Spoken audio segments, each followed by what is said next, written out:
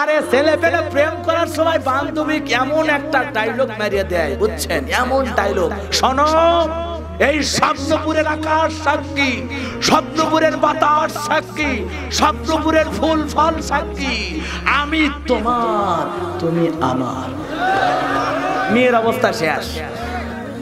যুবকেরা ব্যস্ত কি নিয়ে? প্রেম প্রেম।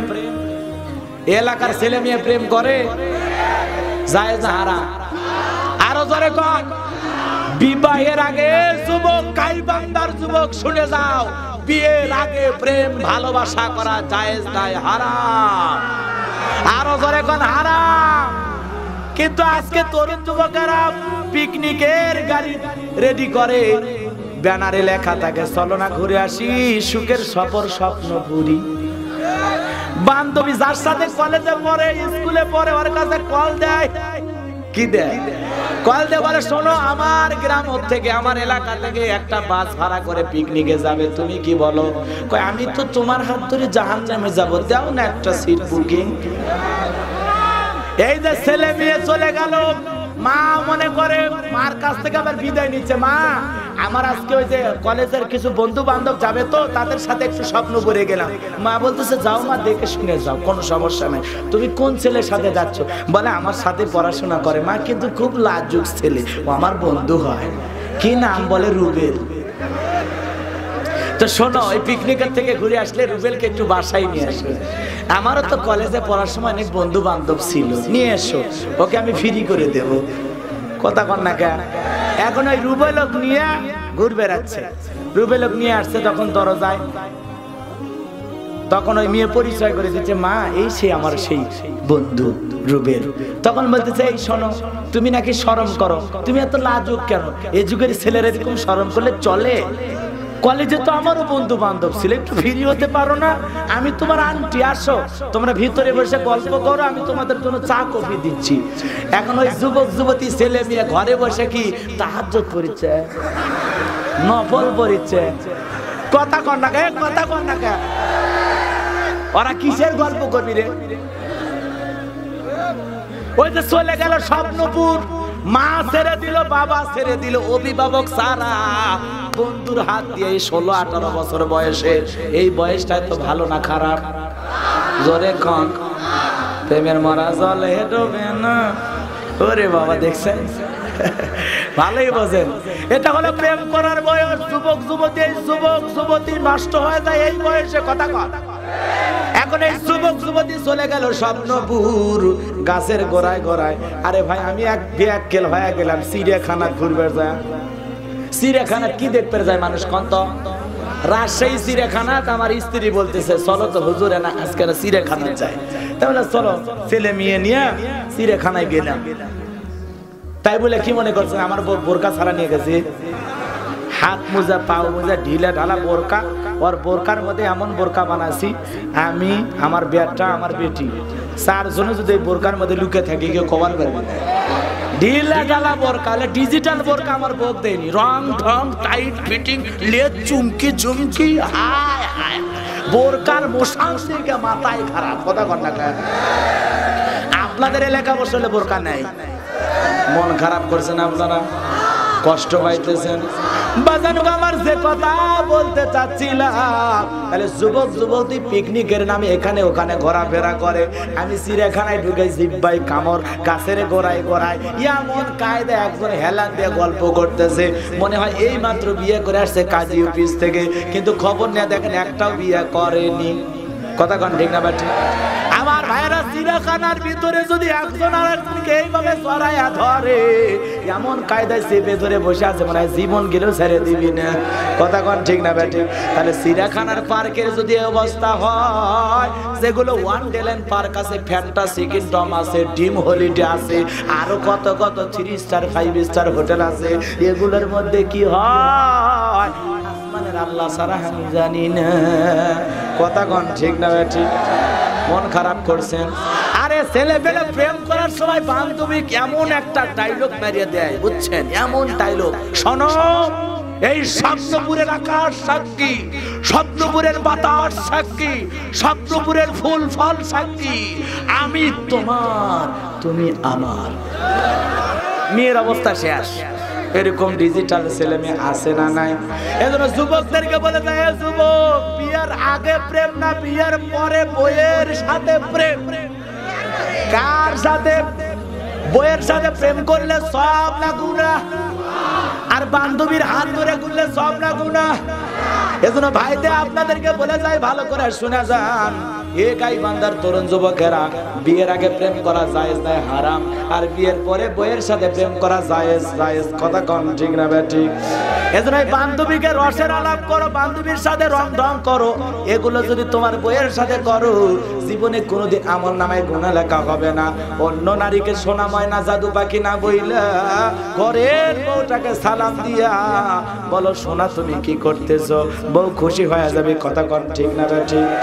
এজন্য বইয়ের সাথে 2-10 মিনিট ফোনে কথা বলবেন, আদর কইরা বউকে নাম ধইরা ডাকবেন। মন খারাপ করেন নাকি আপনারা? স্বামী স্ত্রী আর সম্পর্ক করা লাগবে খুব ভালোভাবে। ইসলাম কি বলে বাজান, ভালো করে শুনে যান। আম্মা আয়েশা ডেকে বলেন, বিশ্বনবী যেই দিন ঘরে প্রবেশ করতেন, আগে আমি আয়েশাকে সালাম দিতেন। কোন সুবহানাল্লাহ। ফাতেমার জীবনের ছোট্ট কথাটা বলে যায় বাজান, যেই রাত্রি বেলা ফাতেমা দুনিয়ার জীবন থেকে বিদায় নিয়ে চলে যাবে, সুন্দর করে হাসান হোসাইনকে সেজে ঘুম পাড়াইছে। ফাতেমা সুন্দর করে সেজে বসে আছে। হযরত আলী নামাজ পড়ার পর ঘরের ভিতরে যখন প্রবেশ করেছে, হযরত আলী তাকায় দেখে ফাতেমা সুন্দর করে সেজে আছে। ফাতেমাকে দেখার পর হযরত আলী সালাম বিনিময় করলো। সালাম বিনিময় করার পর বাজান গো, ভালো করে শুনে যান, ফাতেমার হাত ধরে হযরত আলী মুসাফা করার পর দুইটা হাত বাড়ায় ডেকে বলে, ফাতেমা আসো না, ফাতেমা তুমি সুন্দর করে সেজে আসো, আসো না আমার বুকের ভিতরে আসো। এই কথা বলে হযরত আলী 2 হাত দিয়ে ফাতেমাকে বুকের সাথে চেপে ধরলেন, আদর করতে লাগলেন। হঠাৎ করে ফাতেমা ডেকে বলে, স্বামী গো, জীবনে কোনোদিন আর ফাতেমা আপনার জন্য সাজে অপেক্ষা করবে না। এই কথা শোনার পর ডেকে বলে, ফাতেমা তুমি কি বলতে চাও? বলে, স্বামী গো, আমি আপনার কাছে একটা বিষয় বলতে চাই। আমি ফাতেমা যদি চলে যাই, তুমি আমার একটা আশা পূরণ করবা।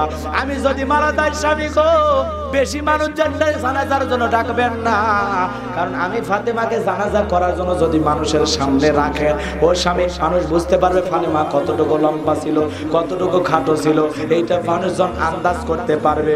আমি ফাতেমা কতটুকু লম্বা ছিলাম না খাটো ছিলাম, মোটা ছিলাম না চিকন ছিলাম, এটা মানুষ টের পাবে।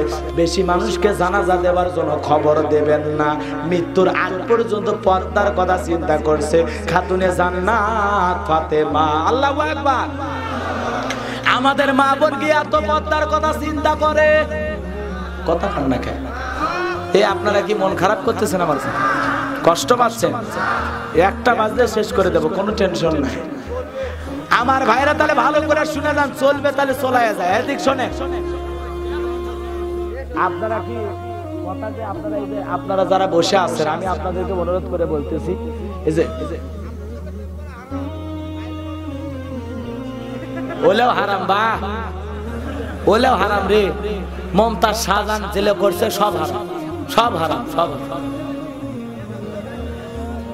ও ওলে ঘটনা শুনবে, বলতেছে ও তাহলে আগের গুলো বলে শেষ করি নাকি? কোন আগের গুলো বলে শেষ করবো নাকি ফাতেমার কথা বলবো? ভালো করে শুনে যান ভাইয়েরা আমার, ভালো করে শুনে। হযরত আলী ডেকে বলে, বিবি রে, তুমি এই কি কথা বলো? তুমি যদি চলে যাও আমি আলীর কি হবে? আমাকে ভালোবাসার মানুষ তো দুনিয়াতে থাকবে না। আমার হাসান আর হোসাইন কাকে মা মা বলে ডাকবে। এই কথা শোনার পর ফাতেমা ডেকে বলে, স্বামী গো, আসলে যেতেই হবে, দুনিয়াতে কেউ থাকবে না। আমার বিদায় মুহূর্তে আপনি এই কাজটা করবেন। হযরত ফাতেমা ডেকে বলে, স্বামী গো, এই কথা কেন বললাম আপনি কি জানেন? আমি একদিন আমার বাবার বাড়িতে গেলাম, যায় দেখে আমার বাবা ঘরের দরজা বন্ধ করে দুইটা চোখের পানি ছেড়ে দিয়ে কাঁদছে। তখন আমি ডেকে বললাম, বাবা গো আপনার কি হয়েছে, আপনি কেন কান্নাকাটি করেন? আমার মা খাদিজার কথা কি মনে পড়ে গেছে নাকি আপনার চাচা আবু তালেবের কথা মনে করেছে? বিশ্বনবী ডেকে বলে, মা ফাতেমা তোর মার কথা মনে পড়ে নাই, আমার চাচার কথা মনে পড়ে নাই। আমাকে যখন মেরাজ করার জন্য মা জান্নাত দেখানো হলো, মা জান্নাত দেখার পর দিলটা আমার খুশি হয়ে গেল। ও মা জান্নাত দেখার পর হৃদয়টা আমার ভরে গেল। মা জান্নাত দেখে আমি হইলাম খুশি, দোয়া করলাম বেশি, আমার গুনাহগার উম্মত যেন হয় জান্নাতি বেশি বেশি। কিন্তু মামাকে যখন জিবরাইল জাহান্নামে নিয়ে গেল, মা জাহান্নাম দেখার সময় আমি তাকায় দেখলাম জাহান্নামের ভিতরে নারীদের সংখ্যাই বেশি। কার সংখ্যা বেশি? মা বোনেরা ভালো করে শুনে যান, মা জাহান্নামের ভিতরে নারীদের সংখ্যাই বেশি। নবীজি ডেকে বলে, মা আমি তাকায় দেখলাম এক শ্রেণীর মহিলার পা থেকে মাথা পর্যন্ত চুলের মুঠি ধইরা এমন ভাবে জাহান্নামের আগুন জ্বালানো পোড়ানো হচ্ছে, বা মহিলার চিৎকারে মানে আসমান জমিন ভেঙে পড়বে। ও মা মহিলা জাহান্নামের আগুনে জ্বলতেছে আর শরীরটা মানে থকবক করতেছে গরম পানির মতো। মা আমি একবার তাকাইয়া ওদের চিৎকার শোনার পর আর তাকাইতে পারলাম না।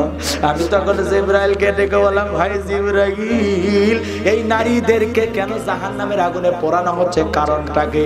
জিবরাইল ডেকে বলে, হুজুর এই সমস্ত নারী তো তারা যারা দুনিয়াতে মাথায় কাপড় দিত না।